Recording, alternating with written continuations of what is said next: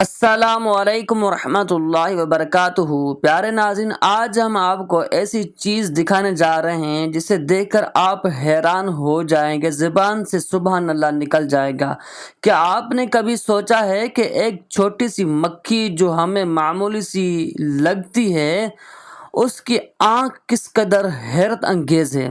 سائنسدانوں کے مطابق مکھی کی آنکھ ایک نہیں بلکہ ہزاروں چھوٹی چھوٹی آنکھوں پر مشتمل ہوتی ہے۔ ہر آنکھ میں تقریباً 3000 سے 5000 اومیٹیڈیا یعنی چھوٹی چھوٹی 3 سے 5000 آنکھیں ہوتی ہیں، اور یہ سب مل کے ایک کمپاؤنڈ آئی یعنی مرکب آنکھ بناتی ہے۔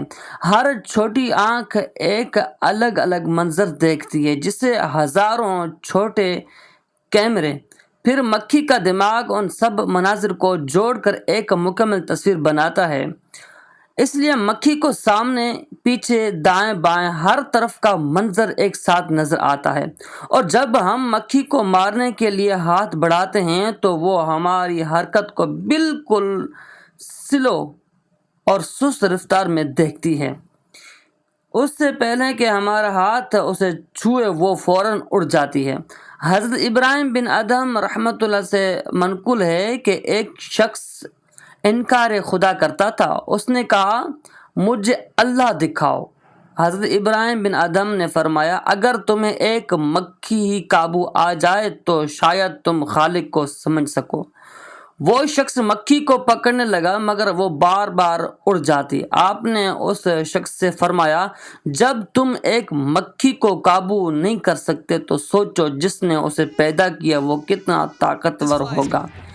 یہی مکھی اور اس کی آنکھ انسان کا غرور کو توڑ دیتی ہے اور اللہ کی قدرت پر ایمان تازہ کر دیتی ہے۔ پیارے بھائیوں اور بہنوں، یہ سب یوں ہی نہیں ہے، یہ اللہ تعالیٰ کی عظیم قدرت کا ایک چھوٹا سا مظہر ہے۔ قرآن پاک میں اللہ تعالیٰ فرماتا ہے، صنع اللہ الذی اتقن کل شیء۔ یہ سب اللہ کی کاریگری ہے جس نے ہر چیز کو کامل بنایا۔